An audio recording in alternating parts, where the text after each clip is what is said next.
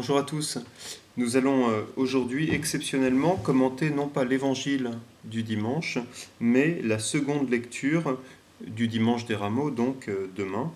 C'est le début de la Semaine Sainte et nous entendons dans cette seconde lecture un passage d'une lettre de Saint Paul aux Philippiens, un passage connu qu'on appelle aussi l'hymne aux Philippiens. Je vous lis ce texte. Le Christ Jésus, ayant la condition de Dieu, ne retint pas jalousement le rang qui l'égalait à Dieu. Mais il s'est anéanti, prenant la condition de serviteur, devenant semblable aux hommes. Reconnu homme à son aspect, il s'est abaissé, devenant obéissant jusqu'à la mort et la mort de la croix. C'est pourquoi Dieu l'a exalté. Il l'a doté du nom qui est au-dessus de tout nom, afin qu'au nom de Jésus, tout genou fléchisse au ciel, sur terre et aux enfers, et que toute langue proclame Jésus-Christ est Seigneur, à la gloire de Dieu le Père. Voilà donc cet hymne aux Philippiens, un des passages les plus fameux du Nouveau Testament, un hymne, ou une hymne, je ne sais pas, que Saint Paul n'a pas écrite, n'a pas imaginé lui-même, mais qu'il a reçu. Ça veut dire que très tôt, après la résurrection de Jésus dans la communauté chrétienne, très tôt circulaient ces paroles. Le Christ était Dieu, il avait la condition de Dieu, il s'est anéanti, Dieu l'a exalté. Il s'est fait obéissant pour nous, Dieu l'a exalté. Très tôt, la communauté chrétienne a percé le mystère de Dieu qui s'était révélé en Jésus-Christ. Alors, on va lire strophe par strophe. Le Christ Jésus, ayant la condition de Dieu, ne retint pas jalousement le rang qui l'égalait à Dieu. Le propre de Dieu, c'est non pas de se grandir, mais c'est de s'abaisser, de se faire petit. Jésus, qui était Dieu, qui était le Verbe, n'a pas voulu garder pour lui cet être. Il n'a pas voulu garder pour lui ce rang, cette condition. Il n'a pas voulu le retenir jalousement pour lui. Ça nous fait penser d'ailleurs au passage de l'évangile de Saint Jean où Jésus dit « Celui qui se détache de sa vie la gagne ». Eh bien, Dieu donne l'exemple. Lui-même se détache de sa propre vie et il se fait homme au milieu des hommes. Il s'est anéanti, dit saint Paul. Le mot est extrêmement fort. C'est un mot que vous avez peut-être déjà entendu, la kénose, l'abaissement. Et encore plus que ça, il s'est vidé de lui-même.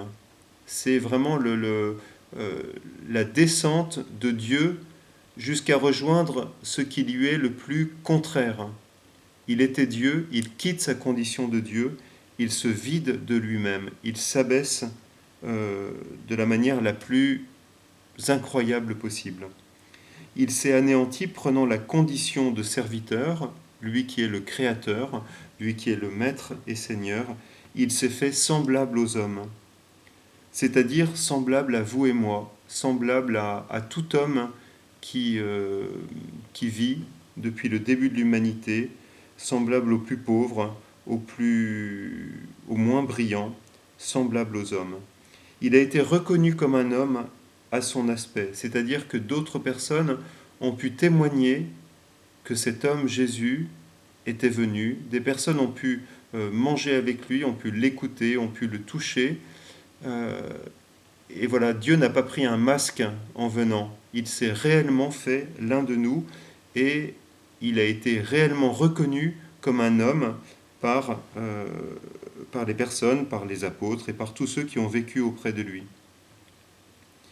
Et non seulement il s'est abaissé, lui qui était Dieu, il s'est abaissé jusqu'à se faire homme, mais il est allé encore plus bas. Il s'est abaissé, devenant obéissant jusqu'à la mort et la mort de la croix. C'est vraiment l'illustration de la parole de Jésus. Si le grain de blé tombé en terre ne meurt pas, il ne porte pas de fruits, mais s'il meurt, il donne beaucoup de fruits. Jésus, lui, qui était Dieu, s'est fait homme, et non pas homme puissant et fort, mais obéissant, obéissant jusqu'à la mort. Obéissant, littéralement, obéir, ça veut dire écouter.